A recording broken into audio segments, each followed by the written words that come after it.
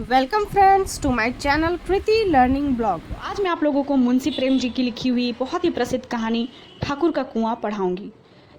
प्रेमचंद की कहानी ठाकुर का कुआं एक प्रसिद्ध कहानी है जिसकी प्रमुख पात्र एक स्त्री है जिसका नाम गंगी है। गंगी एक निम्न जाति की गरीब और साधारण गृहिणी है। इसके पति का नाम जोखू है। तो कहानी की शुरुआत जोखू और उसकी प्यास से होती है। उसकी पत्नी गंगी निम्न जाति के होने के बावजूद जोखू के लाख मना करने डराने पर भी साहस करके अपने बीमार पति के लिए बदबूदार पानी की जगह अच्छा पानी लेने रात के 9 बजे ठाकुर के कुएं पर जाती है। गंगी एक साहसी और समझदार औरत है और साथ ही साथ एक सफल पत्नी और धीर भी है। वह समाज के जाति प्रथा, भ्रष्टाचार आदि की घृणा करने वाली असहाय नारी की प्रतिनिधि है। इस कहानी में ग्रामीण परिवेश को लेकर ऊंची और तथा नीची जाति का भेदभाव किया गया है। किस प्रकार इस जाति भेद के कारण गंगी अपने पति को आखिर में पानी नहीं पिला पाती है, इस चीज को दर्शाया गया है। जाति प्रथा एक सामाजिक अभिशाप और विकट समस्या है। इसके कारण समाज के असमानता, एकाधिकार, विद्वेष आदि दोष उत्पन्न हो जाते हैं। जाति प्रथा की सबसे बड़ी दोष छुआछूत की भावना है।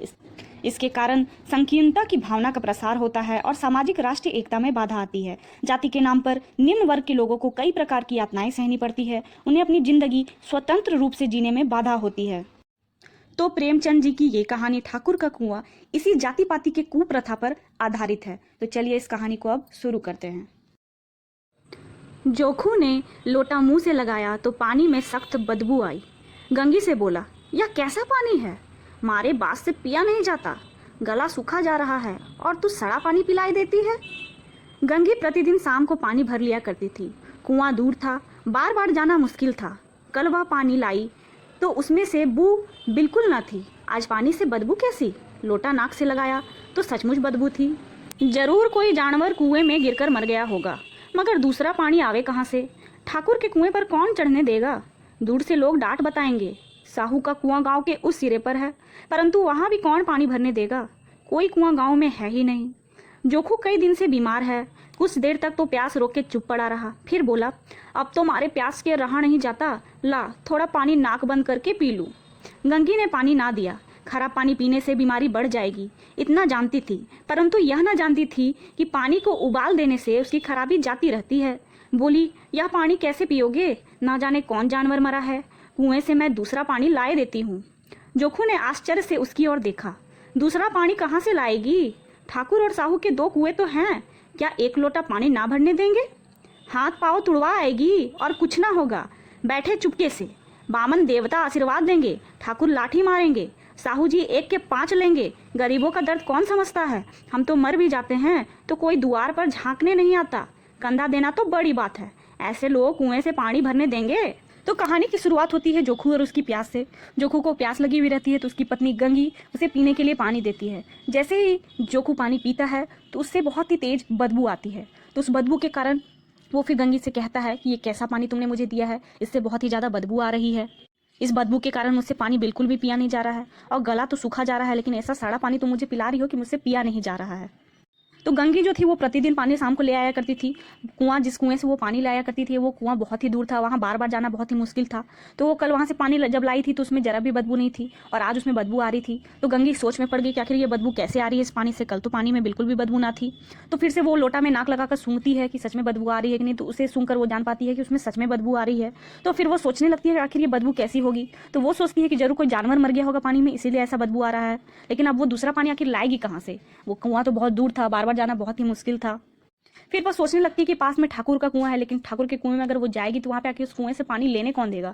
वहां तो जाति प्रथा चलती थी। जाति प्रथा के समय क्या होता है कि उच्च जाति को नीच जाति से छुआछूत की भावना रहती है। तो अगर नीच जाति के लोग उसके आसपास भी मंडराते हैं तो उन्हें तकलीफ होती है, उन्हें वो नीच नज़र से देखते हैं। तो अगर उसके कुएं में पानी लाने जाएगी ठाकुर के कुएं में तो वहां से लोग उसे डांट बताएंगे, वहां से डांट मार के भगा देंगे उसे। फिर और एक कुआं है उस गांव में, साहू का कुआं, जो कि गांव के उस सिरे पर है। अगर वहां पर भी जाएगी तो वहां पर भी उसे कोई पानी भरने नहीं देगा। तो अब वो सोच में पड़ गई कि आखिर कोई तो कुआं है नहीं, तो वो पानी लाएगी कहाँ से? जोखू जो था, जो गंगी का पति था, वो बहुत ही दिन से बीमार पड़ा था और उसे बहुत जोर से प्यास लग रही थी। तो वो बोल पड़ा कि प्यास के मारे उसका गला बहुत ही ज़्यादा सूखा जा रहा है, उससे रहा नहीं जा रहा है। तो वो कैसे क्या करेगा? तो फिर वो बोलता है कि ठीक है, मुझे वो बदबूदार पानी ही मुझे दे दो, उसी को मैं नाक बंद करके पी लूंगा। लेकिन गंगी जो क्या थी, उसे वो पानी देने के लिए तैयार नहीं होती, क्योंकि जोखू तो बीमार पड़ा हुआ था। अगर वो बदबूदार गंदा पानी फिर से पी लेता तो उसकी बीमारी और भी बढ़ जाती, उसकी तबीयत और भी ज़्यादा बिगड़ जाती। उसे इतना सब तो मालूम था कि उसकी तबीयत और भी बिगड़ जाती, पर गंगी को यह नहीं मालूम था कि पानी को उबाल देने से उसकी बुराइयां खत्म हो जाती है, पानी शुद्ध हो जाता है, अच्छा हो जाता है। ये बात उसे गंगी को नहीं मालूम था। तो फिर वो बोलने लगती है जोखू को कि इस बदबूदार पानी को तुम पियोगे कैसे, और भी बीमार पड़ जाएगा, पता नहीं इसमें कौन सा जानवर मरा हुआ है। तो फिर वो जोखू से बोलती है कि रुको मैं दूसरा पानी लेकर आती हूँ। तो ये बात सुनकर जोखू उसकी तरफ आश्चर्य से देखने लगता है, फिर बोलता है कि दूसरा पानी कहाँ से लाएगी तुम। गंगी को कहता है कि तुम दूसरा पानी कहाँ से लाओगी। तो जब जोखू पूछता है क्या कि तुम दूसरा पानी कहाँ से लाओगी, तो गंगी कहती है कि ठाकुर और साहू का कुआं तो है, वहां से लाऊंगी, दो दो कुएं हैं गांव में, वहां से पानी लाऊंगी, एक लोटा पानी भी भरने नहीं देंगे क्या हम लोगों को। तो फिर जोखू उसे समझाते हुए, डराते हुए, धमकाते हुए कहता है कि हाथ पाँव तोड़वाने का मन है क्या तुम्हें, चुपचाप से घर में बैठो, ऐसा करेगी तो बेकार में मार खाएगी। वहाँ पे जो ब्राह्मण देवता है यानी जो ब्राह्मण लोग हैं तुम्हें आशीर्वाद देंगे, आशीर्वाद यानी श्राप देंगे, वो उल्टा रूप में कह रहा है कि तुम्हें आशीर्वाद देंगे। वहाँ के जो ठाकुर लोग हैं वो तुम्हें लाठी मारेंगे, साहू लोग जो है वो तुम्हें तीन झापड़ मारेंगे, 5-6 लगाएंगे। हम गरीबों का दर्द कोई नहीं समझता है, इसलिए बेकार में वहाँ पे मत जाओ। हम जैसे लोग अगर मर भी जाते हैं, क्योंकि हम लोग नीच जाति के, तो हम लोग को द्वार पर भी कोई नहीं आएगा, यानी हम लोगों को देखने कोई नहीं आएगा। जब हम जैसे लोगों के मरने पर कोई देखने तक नहीं आता है तो कंधा देना तो बहुत ही दूर की बात है, तो तुम्हें पानी भरने कैसे दे देगा कोई कुएं से। ये सारी बातें कहते हुए जोखू अपनी पत्नी को समझाता, साथ ही साथ डराता भी है कि तू वहां पे मत जाओ, घर में चुपचाप बैठो, इसी पानी को मैं नाक बंद करके पी लूंगा। इन शब्दों में कड़वा सत्य था। गंगी क्या जवाब देती, किंतु उसने वह बदबूदार पानी पीने को ना दिया। रात के 9 बजे थे, थके मांदे मजदूर तो सो चुके थे। ठाकुर के दरवाजे पर 10-5 बेफिक्रे जमा थे। मैदानी बहादुरी का तो ना अब जमाना रहा है ना मौका, कानूनी बहादुरी की बातें हो रही थी। कितनी होशियारी से ठाकुर ने थानेदार को एक खास मुकदमे में रिश्वत दे दी और साफ निकल गए। कितनी अक्लमंदी से एक मार के मुकदमे की नकल ले आए। नाजिर और मोतिमीम सभी कहते थे नकल नहीं मिल सकती, कोई 50 मांगता, कोई 100। यहाँ पे बेपैसे कोड़े नकल उड़ा दी, काम करने का ढंग चाहिए। इसी समय गंगी कुएं से पानी लेने पहुंची। कुप्पी की धुंधली रोशनी कुएं पर आ रही थी। गंगी जगत की आड़ में बैठी मौके का इंतजार करने लगी। इस कुएं का पानी सारा गांव पीता है, किसी के लिए रोक नहीं, सिर्फ ये बदनसीब नहीं भर सकते। गंगी का विद्रोही दिल रिवाजी पाबंदियों और मजबूरियों पर चोट करने लगा। हम क्यों नीच हैं और ये लोग क्यों ऊंचे हैं, इसलिए कि ये लोग गले में तागा डाल लेते हैं। यहाँ तो जितने हैं एक से एक छठे हैं। चोरी ये करे, जाल फरेब ये करे, झूठे मुकदमे ये करे। अभी इस ठाकुर ने तो उस दिन बेचारे गरेड़िए की भेड़ चुरा ली थी और बात को मार कर खा गया। इन्हीं पंडित के घर में तो 12 मास जुआ होता है। यही साहू जी तो घी में तेल मिलाकर बेचते हैं, काम करा लेते हैं, मजदूरी देते नानी मरती है। किस किस बात में है हमसे ऊंचे? हाँ, मुंह से हमसे ऊंचे हैं। हम गली गली चिल्लाते नहीं कि हम ऊंचे हैं। कभी गांव में आ जाती हूँ तो रस भरी आंखें से देखने लगते हैं, जैसे सबकी छाती पर सांप लौटने लगता है, परंतु घमंड यह कि हम ऊंचे हैं। तो जोखू के कहे हुए इन सारी बातों में कड़वा सत्य था। ये सारी बातें सत्य थी। गंगी को रोकने के लिए, ना जाने के लिए उसने जो जो बातें कही ठाकुर और साहुओं के बारे में, ब्राह्मणों के बारे में, वो सारी बातें सत्य थी, क्योंकि जाति प्रथा के कारण उसके साथ वही व्यवहार होता। लेकिन फिर भी गंगी ने वो बदबूदार पानी जोखू को पीने के लिए नहीं दिया, क्योंकि उसे मालूम था कि वह पीकर उसे और भी वह ज़्यादा बीमार पड़ सकता है। लेकिन फिर भी वो उससे पानी पिलाना चाहती थी, इसलिए उसने सोचा कि वो ठाकुर के कुएं में जाएगी, वहां से पानी लाएगी। रात का 9 बज चुका था। जितने भी मजदूर थे सब थक हार के सो चुके थे। ठाकुर के दरवाजे के पास 5-10 लोग बैठे हुए थे, जो कि अड्डा जमाए हुए बैठे हुए थे। तो वो जो 5-10 लोग बैठे हुए थे वो लोग कानून के बारे में बातें कर रहे थे। मैदानी बहादुरी का तो अब जमाना नहीं था, क्योंकि कोई भी सामने आके कुछ लड़ता नहीं था। बस वो कानून के तरीके से पैसे देके, घूस देके सारे बातों को अपनी और, केस को अपनी और कर लेते थे और बहादुरी दिखाते थे। तो वहाँ बातें चल रही थी ठाकुर के बारे में कि ठाकुर ने कितनी होशियारी से एक मुकदमे में पुलिस को पैसे दे दिए और वहाँ से उस केस से साफ निकल गए, और कितनी अकलमंदी से एक मार के मुकदमे की नकल निकाल के लेते आए। इस कहानी में नाजिर और मोतमीम की जिक्र हुई है। 2 लोग हैं, उन लोगों के बारे में कहा जा रहा है कि वो सारे लोग कहते थे कि नकल नहीं मिल सकती है मार्के के मुकदमे की, लेकिन ठाकुर साहब तो पैसे देकर आराम से उस नकल को लेते आए हैं। कोई 50 रुपये मांग रहा था, कोई 100 रुपये मांग रहा था, और यहाँ पे तो ठाकुर जी बिना पैसे दिए, बिना कुछ किए वो नकल उतार कर लेते आए। तो काम करने का ढंग चाहिए। ये सारी बातें उन 10-5 लोगों के बीच में हो रही थी, और उसी बीच गंगी वहां पर पहुंची। गंगी कुएं के पास पहुंची है। बहुत ही अंधेरा था, रात के 9 बज चुके थे। तो वहां पे कुप्पी से एक रोशनी आ रही थी कुएं की ओर। तो गंगी जो थी, जब वो कुएं के किनारे छुपी हुई थी, इंतजार कर रही थी कि वो सारे लोग वहां से जाए और वो कुछ पानी, वहां से एक लोटा पानी ले पाए। तो उसके दिमाग में बहुत सारी बातें चलने लगी। वो बहुत सारी बातें सोचने लगी कि वो सोचने लगी कि आखिर इस कुएं का पानी पूरा सारा गाँव पीता है, सिर्फ हम ही लोग इतने बदनसीब हैं कि हम लोगों को ये पानी पीना नहीं है, ना ही हम लोग ये पानी ले सकते हैं। क्योंकि गंगी एक विद्रोह करने वाली स्त्री थी, मीन्स उसको अत्याचार, भ्रष्टाचार ये सारी पसंद नहीं थी, उसके खिलाफ वो आवाज उठाने वाली स्त्री थी। तो ये सारी बातें उसके दिमाग में चलने लगती है कि आखिर क्यों हम ही लोगों को, यानी गंगी लोगों को ही नीच जाति का माना जाता है, और वो लोगों को क्यों आखिर उच्च जाति का माना जाता है, सिर्फ इसलिए कि वो लोग गले में तागा डाल के रखते हैं, इसलिए वो उच्च जाति के हो जाते हैं क्या? यहाँ तो जितने लोग हैं, जितने अपने आप को ऊंच जाति के कहते हैं, ये सारे के सारे लोग एक से एक छटे हुए बदमाश लोग हैं। जितना चोरी डकैती ये सब जितनी बुरी चीज़ें ये सारे यही करते हैं, झूठा मुकदमा चलाते हैं, जाल फरेब करते हैं, ये सारी चीज़ें यही करते हैं। कुछ दिन पहले जो ठाकुर है वो एक गरेड़िया का भेड़ चुरा लिया था और बाद में उस भेड़ को मारकर खा भी गया था। यहाँ पे जितने पंडित हैं इन सारे के घरों में जुआ खेला जाता है, 12 मास सालों भर सिर्फ जुआ खेला जाता है। ये जो साहू लोग हैं ये लोग तो बेईमानी करने में एक्सपर्ट है, बहुत ही तेज है। ये लोग क्या करते हैं कि घी में तेल मिलाकर बेचते हैं, लोगों से मजदूरों से काम करवा लेते हैं, फिर जब पैसे देने की बारी आती है तो इनको नानी याद आ जाती है, पैसे देने से पीछे हट जाते हैं। तो ये सारी बातें सोचकर वो गंगी सोचने लगती है कि इतनी सारी इनमें बुरी आदतें हैं, बुरी बातें हैं, तो किस वजह से ये लोग ऊंच जाति के कहलाते हैं। और वो ये कहने लगती है कि मुंह से हम लोगों से ऊंच होंगे, क्योंकि ये लोग तो चिल्लाते फिरते हैं कि हम लोग ऊंच जाति के हैं, ऊंच जाति के हैं। हम लोग कभी तो नहीं बोलते हैं कि हम लोग किस जाति के हैं, लेकिन ये लोग चिल्लाते फिरते हैं कि हम लोग ऊंच जाति है, तो मुंह से ये लोग ऊंच हो सकते हैं। और कभी अगर मैं गांव में आ जाती हूँ, गंगी ये सोचने लगती है कि कभी अगर मैं गांव में आ जाती हूँ या कोई औरत आ जाती है तो ऐसा आंखों से देखते हैं, बहुत ही गंदी नज़र से देखने लगते हैं। उन लोगों के छाती में सांप लौटने लगते हैं, फिर भी ये घमंड करते हैं ये लोग कि ये लोग ऊंच जाति के हैं। ये सारी बातें गंगी वहां पे छुपकर बैठे बैठे सोचने लगी थी। कुएं पर किसी की आने की आहट हुई। गंगी की छाती धक धक करने लगी, कहीं देख ले तो गजब हो जाए, एक लात भी तो नीचे ना पड़े। उसने घड़ा और रस्सी उठा ली और झुककर चलती हुई एक वृक्ष के अंधेरे साए में जा खड़ी हुई। कब इन लोगों को दया आती है किसी पर। बेचारे महंगू को इतना मारा कि महीनों लहू थूकता रहा, इसलिए तो कि उसने बेगार ना दी थी। इस पर ये लोग ऊंचे बनते हैं। कुएं पर 2 स्त्रियां पानी भरने आई थी, इनमें बातें हो रही थी। खाना खाने चले और हुक्म हुआ कि ताजा पानी भर लाओ, घड़े के लिए पैसे नहीं है।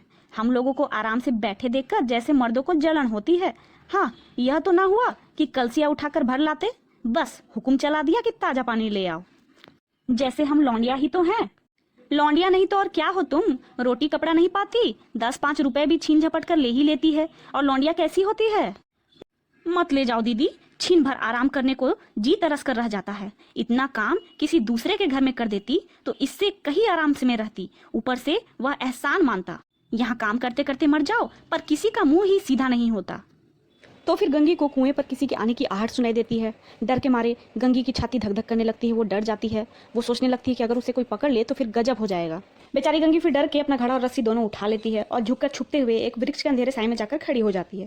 फिर वो सोचती है कि आखिर ये जो लोग अपने आप को ऊंचा जाति का समझते हैं, इन लोगों को कभी किसी पर दया ही कहाँ आती है। वो एक बेचारा महंगू नाम का एक लड़का था, उसको इतना मारा है कि 1 महीना तक बेचारा खून का थूक फेंक रहा है। सिर्फ उसने बेगार नहीं दिया था इसलिए उसको इतना मारा गया। ये लोग यही सब काम करके अपने आप को ऊंचे जाति का समझते हैं। इतने देर में वो देखती है कि कुआं पर 2 स्त्रियां आती है। वो स्त्रियां एक दूसरे पानी भरने के लिए आई रहती है। वो दोनों एक दूसरे से बातें कर रही होती है। उनमें से एक स्त्री कहती है कि खाना खाने जा ही रही थी कि ऊपर से हुक्म आ गया कि ताजा पानी लेकर आओ। घड़े के लिए तो इन लोगों के पास पैसे नहीं है, बस हुक्म चलाते रहते हैं। जब भी हम लोगों को आराम करता हुआ देखते हैं तो इन लोगों को जलन होने लगती है, कुछ ना कुछ काम पकड़वा देते हैं। ये तो इन लोगों से होता नहीं है कि जाकर खुद से कलसी में पानी भर कर ले आए, बस हुक्म चला देते हैं कि ताजा पानी लेते आओ, जैसे हम लोगों को लौंडिया समझ के रखा है, नौकर समझ के रखा है। फिर दूसरी स्त्री उत्तर देते हुए कहती है कि लौंडिया नहीं तो और क्या है तुम, कपड़ा रोटी मिलता ही है, 10-5 रुपया छीन झपट कर ले ही लेती हो, तो लौंडिया तो इसी तरह होती है ना, तो हम लोगों को तो लौंडिया ही समझा जा रहा है। फिर वो गुस्सा कर उद्र होकर कहती है कि पानी मत ले जाओ दीदी। उसे दीदी कहकर पुकारते हुए कहती है कि पानी ले जाने की जरूरत नहीं है। जरा सा भी हम लोगों को ये लोग आराम करने नहीं देते हैं, सारा दिन सिर्फ काम करवाते रहते हैं। इतना काम अगर हम लोग दूसरे के घर में करते हैं तो इससे हम लोग को और भी ज्यादा कितना आराम से रह पाते हैं। उल्टा वो इंसान हम लोग को एहसान मानता अगर इतना हम लोग काम करते हैं। यहाँ पे तो ऐसा है कि हम लोग को कितना भी काम करते करते क्यों ना मर ही जाए, फिर भी लोगों का मुंह सीधा नहीं होगा। ये लोग सुधरने वाले नहीं है, बस काम करवाते रहेंगे। हम लोगों को लौंडिया की तरह, नौकरों की तरह बस काम करवाते रहेंगे। दोनों पानी भरकर चली गई तो गंगी वृक्ष की छाया से निकली और कुएं के जगत के पास आई। बेफिक्रे चले गए थे। ठाकुर भी दरवाजा बंद कर अंदर आंगन में सोने के लिए जा रहे थे। गंगी ने क्षणिक सुख की सांस ली। किसी तरह मैदान तो साफ हुआ। अमृत चुरा लाने के लिए जो राजकुमार किसी जमाने में गया था, वह भी शायद इतनी सावधानी के साथ और समझ बूझकर ना गया है। गंगी दबे पांव कुएं के जगत पर चढ़ी। विजय का ऐसा अनुभव उसे पहले कभी ना हुआ। उसने रस्सी का फंदा घड़े में डाला, दाएं बाएं चौकन्नी दृष्टि से देखा, जैसे कोई सिपाही रात को शत्रु के किले में सुराग कर रहा हो। अगर इस समय वह पकड़ ली गई तो फिर उसके लिए माफी या रियायत की रत्ती भर उम्मीद नहीं। अंत में देवताओं को याद करके उसने कलेजा मजबूत किया और घड़े को कुएं में डाल दिया। घड़े ने पानी में गोता लगाया, बहुत ही आहिस्ता, जरा भी आवाज ना हुई। गंगी ने 2-4 हाथ जल्दी जल्दी मारे। घड़ा कुएं के मुंह तक आ पहुंचा।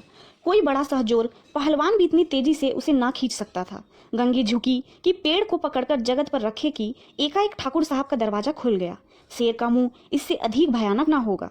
गंगी के हाथ से रस्सी छूट गई। रस्सी के साथ घड़ा धड़ाम से पानी में गिरा और कई क्षण तक पानी में हलकोरे की आवाज सुनाई देती रही। ठाकुर कौन है, कौन है पुकारते हुए कुएं की तरफ आ रहे थे और गंगी जगत से कूदकर भागी जा रही थी। घर पहुंचकर देखा कि जो खूह लोटा मुंह से लगाए वही मैला गंदा पानी पी रहा था।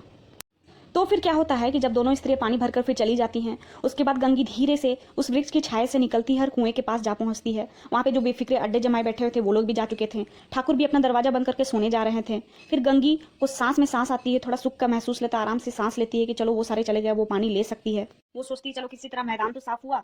वो सोचती है कि किसी जमाने में राजकुमार जब कोई अमृत चुराने के लिए गया होगा, उसको भी इतनी सावधानी ना बरतनी पड़ी होगी, ना इतना सोच समझ कर जाना पड़ा होगा जितना मुझे आज पानी, एक लोटा पानी लेने के लिए इतना सोच समझ बूझ कर जाना पड़ रहा है, करना पड़ रहा है। फिर वो दबे पाँव धीरे धीरे कुएं के जगत पर चढ़ती है। उसके बाद फिर उसे इससे पहले ऐसा कभी भी अनुभव नहीं हुआ था। उसे ऐसा लग रहा था जैसे वो कोई जंग जीत रही हो, उसे विजय का अनुभव हो रहा था। फिर वो रस्सी के फंदे को अपने घड़े में डालती है, लगाती है। गंगी फिर चौकन्ने दृष्टि से दाएं बाएं चारों ओर देख लेती है। ऐसा देख रही होती है जैसे कोई सिपाही रात में शत्रु के किले में सुराग करने समय चौकन्ना रहता है, उसी तरह उसको देखना पड़ रहा था कि कहीं किसी और से ठाकुर या कोई उसे देख न ले पानी लेते हुए। अगर उस समय उसको पकड़ ली जाती तो फिर उसको माफ़ी या रियायत कुछ भी नहीं मिलती, कोई चीज़ की उम्मीद नहीं थी कि उसे माफ़ी मिल सकती थी। वो लास्ट में फिर सारे देवताओं को याद करते हुए अपने आप को मजबूत की, दृढ़ निश्चय की और फिर से घड़े को कुएं में डाल दिया।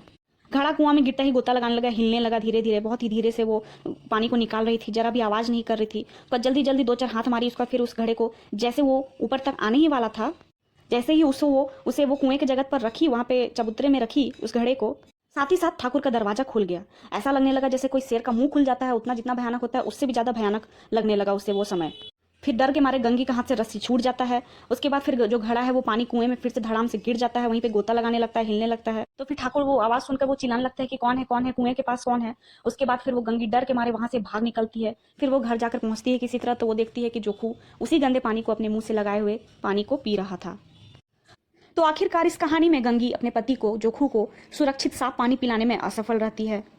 वो इतनी साहस करने के बावजूद, इतनी कोशिश करने के बावजूद भी असफल रहती है। तो इस कहानी में हम देख सकते हैं कि किस तरह जाति पाति की कुप्रथा के कारण नीच जाति, छोटे जाति के लोगों को क्या क्या प्रताड़ना, क्या क्या मुश्किलें का सामना करना पड़ता है। ये सारे एक अभिशाप की तरह है, ये जाति प्रथा एक अभिशाप की तरह है, जो लोगों में भेदभाव की भावना उत्पन्न करते हैं, विद्वेष उत्पन्न करते हैं। इन सब जाति प्रथा को खत्म करना चाहिए, हम लोगों को मिलकर अपनी सोच को बदलनी चाहिए, तो ही जाकर हमारा समाज, हमारा देश आगे बढ़ पाएगा। तो इस कहानी से हमें यही शिक्षा मिलती है कि हमें भेदभाव, लोगों में भेदभाव, छुआछूत की भावना, ये सारी नहीं रखनी चाहिए। सब लोगों को एक समान नज़र से देखनी चाहिए। धन्यवाद।